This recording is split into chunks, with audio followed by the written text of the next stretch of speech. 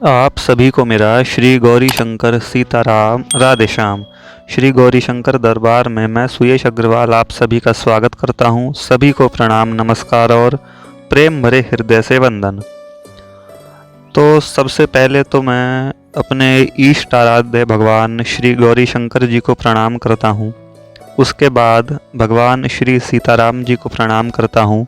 उसके बाद युगल सरकार श्री श्यामा श्याम जी के चरणों में कोटि कोटि प्रणाम करता हूँ, नमस्कार करता हूँ। श्री भगवान की कृपा आप सभी भक्तों पर सदैव बनी रहे। तो भैया, जैसा कि आप सभी लोग जानते हैं, पिछली वीडियो में भक्तराज श्री नरसिंह राम मेहता जी की जो कथा थी उसका समापन हुआ था मतलब कथा एंड हुई थी। अब देखो यार, मैंने अपना पूरा प्रयास किया था कि मैं जितने अच्छे तरीके से आपको सुना पाऊँ उतने अच्छे से सुनाऊं। अब कैसी सुना पाया वो तो राम जी जाने, लेकिन मैंने अपनी पूरी कोशिश करी थी कि जितने भी सरलता से अच्छे तरीके से मैं कथा को बता पाऊं उतने अच्छे से मैंने किया था। मैं एक बार वो पूरी प्लेलिस्ट ही आई बटन पर लगा देता हूं, आप उस पर क्लिक कीजिए तो वो आपको पूरी सीरियल वाइज कथा मिल जाएगी। सीरियल वाइज भक्तराज के जन्म से लेकर के पूरी एंड की मृत्यु तक की पूरी डिटेल में है उस कथा का वर्णन। एक बार ज़रूर सुनना, आपको मज़ा बहुत आएगा, ये ऐसा मेरा विश्वास है। नरसिंह चरित में भी ऐसे कई सारे प्रसंग आते हैं जो भक्तों को आनंद से भरपूर कर देंगे। वो भी एक अटूट श्रद्धा, अटूट विश्वास का एक बहुत ही ऊंची मिसाल है। नरसिंह जी का एक कथा जो है उसमें भी जैसे कि श्यामल शाह पर हुंडी, उनकी पुत्री का विवाह, पुत्र का विवाह, उनके पिताजी का श्राद्ध और फिर एंड में भगवान उन्हें अपना हार भी प्रदान कर देते हैं। तो खैर वो ये अब अलग टॉपिक है। मैं प्लेलिस्ट आई बटन पर लगा देता हूँ, आप चेक करके क्लिक करना और एक बार सुनना, आपको मज़ा बहुत आएगा। तो अब चलिए शुरू करते हैं इस वीडियो के बारे में। तो यार, इस वीडियो का टाइटल और थंबनेल देखकर आप समझ ही गए होंगे कि ये किस विषय पर है। अब यार, मैं क्या बोलूँ इस प्रसंग के बारे में, मेरे पास शब्द नहीं है इस प्रसंग को वर्णित करने के लिए। ये एक कई सारे भावों का एक समुंदर है, एक मिश्रण है, मिक्सचर है एक तरीके से आप मानो। इसमें भगवान के प्रति प्रेम है, भगवान के प्रति करुणा है, भगवान की विरह है, भगवान के प्रति रुदन है, तड़प है, एक प्यास है, एक मिलने की ललक है, भगवान के प्रति इच्छाएं हैं। अब मैं क्या ही नाम दूं, मेरे समझ में नहीं आ रहा। तो हाँ जी, आपका स्वागत है एक बार फिर श्री उद्धव प्रसंग में, यानी कि श्री उद्धव जी की व्रज यात्रा। भक्तों के बीच एक बहुत ही सुप्रसिद्ध मार्मिक प्रसंग, भक्तों के हृदय में प्रेम की वृद्धि करने वाला प्रसंग। और इसकी देखो सबसे बड़ी खास बात यह है, आपको पता होगा, आपका दिल कितना ही पत्थर का क्यों ना हो भाई, पिघल जाएगा। सच में विश्वास मानो, ऐसा होगा कि रोना रुकेगा नहीं। अब जो कोई कहे ना कि उसमें बहुत कलेजा है, तो बस उसके सामने एक काम करना, उद्धव ब्रज यात्रा जो है वो प्रसंग चला देना या सुना देना, कुछ भी कर देना, बस हो गया काम। उसका सारा कलेजा निकल करके नीचे आ जाएगा। और वो सभी को पता ही है, क्या ही बोलूँ मैं, बहुत एकदम मार्मिक प्रसंग है यार, आंखों से आंसू रुकते नहीं हैं। मैंने भी जब ये पहली बार पढ़ा तब मैंने भी रोते रोते ही पढ़ा, बिना रोए मैं पढ़ ही नहीं पाया, मेरी ताकत ही नहीं हुई कि मैं अपना रोना रोक लूँ। तो चलिए अब वीडियो के मुख्य विषय पर आते हैं। जैसा कि आपको पता है, वीडियो का टाइटल थंबनेल आपने देख ही लिया होगा, उद्धव जी की व्रज यात्रा यानी कि उद्धव प्रसंग। अब इस वीडियो में मैं आपको सिर्फ पूरे उद्धव प्रसंग का एक संक्षिप्त परिचय दूंगा, जैसा कि नरसिंह चरित में भी मैंने किया था। एक पहले वीडियो बना दी थी जिसमें पूरा नरसिंह चरित था, सिर्फ संक्षिप्त में यानी कि शॉर्ट में। ऐसे ही इस वीडियो के बारे में है, मैं आपको पूरा उद्धव प्रसंग इसी में बता दूंगा, लेकिन बहुत शॉर्ट में। इसके बाद फिर पूरी डिटेल्ड विस्तृत, जैसे कि नरसिंह चरित में एक एक वीडियो एक एक विषय पर आई थी, ऐसे ही इसमें भी होगा। तो अब देखो यार, मैं पहले ही बता दे रहा हूँ, पहले ही ये बात साफ कर दे रहा हूँ कि मैं इस प्रसंग को बताने में, वर्णित करने में सर्वथा असक्षम हूँ, असमर्थ हूँ। मेरे पास शब्द नहीं है, मेरे पास इतनी ताकत नहीं है, मेरी इतनी सामर्थ्य नहीं है कि मैं इस उद्धव प्रसंग को बता सकूँ या सुना सकूँ या और कुछ भी कर सकूँ। मैंने ये वीडियो बनानी, रिकॉर्डिंग स्टार्ट तो कर दी, लेकिन मेरे समझ में नहीं आ रहा कि मैं बोलूँ क्या, बताऊँ क्या, समझाऊँ क्या। बस वही बात है। तो अब देखिए भाई, बात तब की है, उद्धव प्रसंग में प्रसंग ये आता है कि जब कंस को मारने के बाद भगवान कृष्ण वहीं मथुरा में रुक जाते हैं, तब वो अपने प्रिय मित्र, सखा, भक्त, कुछ भी मान लो, उद्धव जो हैं उनको आज्ञा देते हैं, क्योंकि उद्धव जी भी मथुरा में ही रुक जाते हैं कृष्ण जी के पास। उनको आज्ञा देते हैं कि जाओ, तुम ब्रज में जाओ और जा कर के उन सभी का हाल देखो जो मेरे बिना व्रज में रह रहे हैं, उनको समझाओ। कृष्ण जी उनको थोड़ा सा ज्ञान की बातें भी बताते हैं कि तुम ये जा कर के उनको समझाना, तब क्या पता उनके हृदय की पीड़ा जो है वो शांत हो जाए। तो यही उद्धव प्रसंग है, इसी का नाम है उद्धव लीला, यानी कि उद्धव व्रज यात्रा। उसके बाद उद्धव जी जो हैं कृष्ण जी की आज्ञा मान करके व्रज में जाते हैं, और बस फिर वहाँ तो आपको पता ही है क्या होता है भाई, क्या ही बोलो बस। उद्धव, यार उद्धव नाम ही काफ़ी है, जो मतलब ब्रह्म ज्ञानी है। ज्ञानियों की देखो बहुत सी उपाधि होती हैं, ज्ञानी, योग ज्ञानी, महाज्ञानी, महत्पर ज्ञानी, ऐसे कर करके। तो जो सबसे ऊंची उपाधि होती है उसका नाम है ब्रह्म ज्ञानी। और उद्धव जी जो हैं सभी जानते हैं, तीनों लोकों में विख्यात हैं।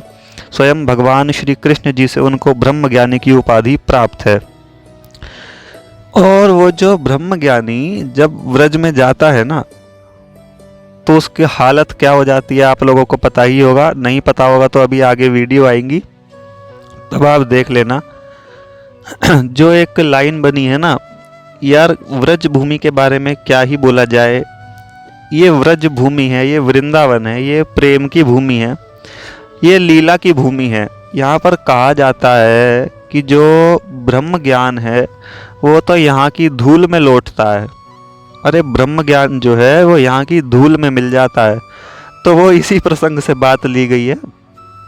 उद्धव जी एक ब्रह्म ज्ञानी, यानी कि ज्ञानियों के सर्व शिरोमणि, सर्वश्रेष्ठ, वो जब भगवान की उस प्रेम भूमि, लीला भूमि, श्रीधाम वृंदावन में प्रवेश करते हैं, गोपियों को देख करके, वहाँ के ग्वाल बालों को देख करके, राधा जी को देख करके, बाबा नंद, यशोदा माता, इन सभी को देख करके, इन सभी का भगवान के प्रति प्रेम देख करके सारा ब्रह्म ज्ञान उनका चला जाता है। बिल्कुल भी ज्ञान उनको नहीं रहता, होश भुला देते हैं वो अपना, और उन्हीं के प्रेम में रंग जाते हैं।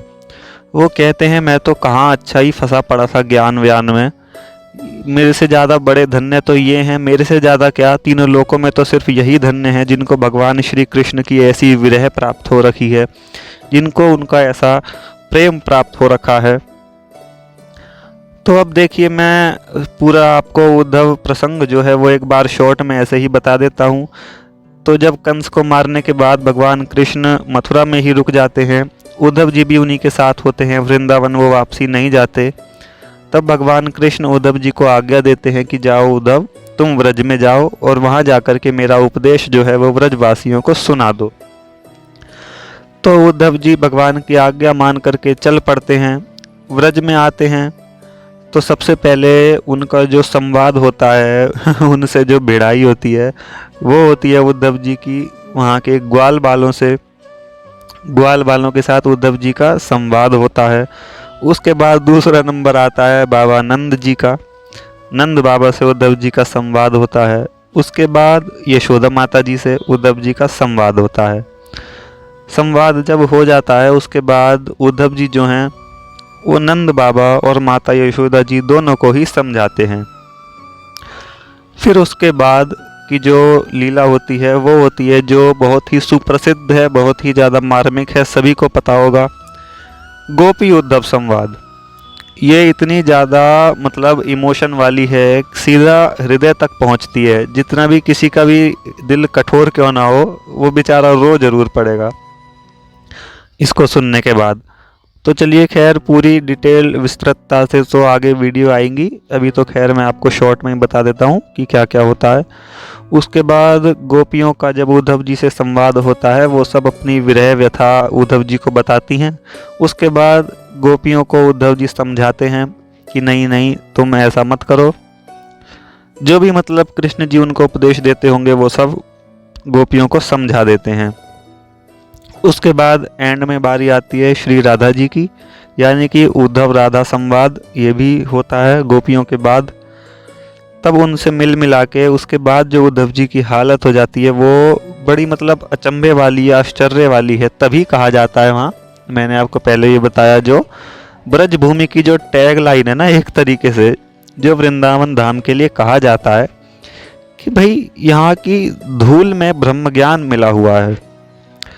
ब्रह्म ज्ञान जो है वो तो यहाँ की धूल में लौटता है, ये बात कही जाती है। तो वो देखो बिल्कुल हमको प्रूफ दिख भी रहा है, उद्धव जी ब्रह्म ज्ञानी हैं और इन सब से मिलने के बाद वो सारा अपना ब्रह्म ज्ञान भूल जाते हैं और उन्हीं के प्रेम में रंग करके, उन्हीं को देख देख करके निहाल होते रहते हैं। अब भगवान कृष्ण ने उनको भेजा तो कुछ ही दिनों के लिए था, हो गए उनको महीने। वो इतने ब्रज भूमि में, वृंदावन धाम में वो इतने खो जाते हैं, इतने तल्लीन हो जाते हैं, ब्रह्म ज्ञान व्यान तो सब छोड़ो, वो भगवान को ही भूल जाते हैं। वो सिर्फ उन सबको ही देखते रहते हैं, गोपियों को, राधा जी को, नंद बाबा को, यशोदा जी को, ग्वाल वालों को। इतने खो जाते हैं वो ब्रज भूमि में। वो कुछ दिनों की जगह हो जाते हैं उनको महीनों महीनों वो ब्रज भूमि में रहते हैं। फिर उसके बाद ब्रज से उनका मोह हो जाता है एक तरीके से, लेकिन फिर उनको ध्यान आती है भगवान की प्रेरणावशी कि भाई वापसी मथुरा भी जाना है। वहाँ से फिर वो सभी से आज्ञा लेते हैं और मथुरा वापस आ जाते हैं। उसके बाद भगवान कृष्ण जी को सारा हाल बताते हैं कि जी ऐसे ऐसे वहाँ पर हो रहा है, अब जो भी है जैसे भी है आप देख लो। बस एक तरीके से मानो तो उद्धव लीला, उद्धव प्रसंग या उद्धव व्रज यात्रा, कुछ भी कहो एक ही बात है, यहीं तक की है। उद्धव जी का व्रज में जाना, वहाँ पर सबसे वार्तालाप, वहाँ का सबसे हालचाल जानना, कई महीनों तक वहाँ पर रहना और वापसी आ जाना। लेकिन अब इसी चीज़ में मैंने उद्धव जी से ही संबंधित 2-3 चीज़ें और जोड़ दी हैं, वो सबसे एंड की वीडियो में आएंगी। कि मतलब एक लीला ऐसी आती है, शायद महाभारत से पहले की बात है, भगवान को कुछ अपनी तरफ से बात बोलनी होती है तो भगवान का शायद मन नहीं होगा, वो उद्धव जी से बुलवा लेते हैं। ये उद्धव प्रसंग से अलग हट कर के बात है जो मैं आपको बता रहा हूँ। तो ये सिर्फ बात ये चीज़ दर्शाती है कि उद्धव जी कोई साधारण आदमी नहीं है, वो भगवान के नित्य पार्षद ही हैं यार, भगवत स्वरूप ही हैं। भगवान के जो नित्य दूत होते हैं स्वयं साक्षात के, वो वही हैं। तो भगवान खुद अपना निजी कार्य जो है वो भी वो उनसे करा लेते हैं। फिर उसके बाद उद्धव जी को भगवान एक अनमोल ज्ञान प्रदान करते हैं, दुर्गम बिल्कुल, जो कहते हैं बहुत ही दुर्लभ है और बहुत ही आनंदित, एकदम मज़ेदार, जो सुन ले समझ ले और जिसके हृदय में वो ज्ञान उतर जाए तो उसका जीवन सार्थक हो जाए। कुछ इसी प्रकार का ज्ञान भगवान श्री कृष्ण उद्धव जी को प्रदान करते हैं अपने अंत समय में, जब कृष्ण जी जा रहे होते हैं। उसके बाद उनको उपदेश एक और मिलता है जिसका नाम है वासुदेव सर्वम, जो बात गीता में भी आती है, सब जगह सब जग ईश्वर रूप ही है, कुछ ऐसे करके जो बात होती है वो आप जानते होंगे। एंड की वीडियो जो आएगी वो इसी टॉपिक पर होगी, जब वीडियो आएंगी पूरी वो पूरी डिटेल से बताऊंगा मैं, अभी तो ये आपको सिर्फ संक्षिप्त परिचय में ही बता रहा हूँ। तो यह था पूरा उद्धव प्रसंग, उद्धव लीला, उद्धव व्रज यात्रा, कुछ भी कह लो, सब एक ही नाम है, इतनी सी ही बात है। और अब इसमें क्या क्या होता है वो सब आप जानते भी हैं, सबको पता भी होगा, नहीं पता होगा तो वीडियो सुन लेना, देख लेना, तब आपको बहुत मज़ा आएगा, ऐसा विश्वास है मेरा।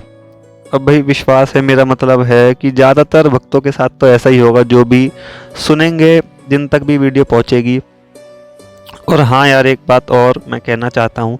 देखो, वही वाली बात है, मैंने पहले भी बोला था एक बार कि जो भगवान को मानते नहीं हैं, जिनकी उनमें श्रद्धा नहीं है, उनसे मेरा कोई फिर मतलब भी नहीं है। लेकिन जो मानते जानते हैं, जो भगवान पर विश्वास रखते हैं, उन तक वीडियो ज़रूर पहुंचाया करो यार। मतलब यदि आपको अच्छी लगे तो शेयर करना चाहो तो, क्योंकि ये एक अच्छी ही बात है कि भगवान की कथा लीला जो है वो और भक्तों तक पहुँचे, तो अच्छा ही रहेगा।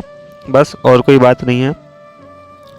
तो चलिए, उद्धव व्रज यात्रा का ये संक्षिप्त परिचय सिर्फ इतना ही था। उद्धव प्रसंग में यही होता है, व्रज में जाते हैं भगवान की आज्ञा से, वहाँ पर सारा हिसाब किताब देखते हैं और फिर वापसी आ जाते हैं। बाकी इनके हर एक विषय पर अब एक अलग अलग डिटेल से पूरी वीडियो आएंगी, वो इसके बाद ही आएंगी अभी आगे, तब आप सुन लेना। सभी को आनंद मंगल सहित श्री गौरी शंकर सीताराम, राधे श्याम।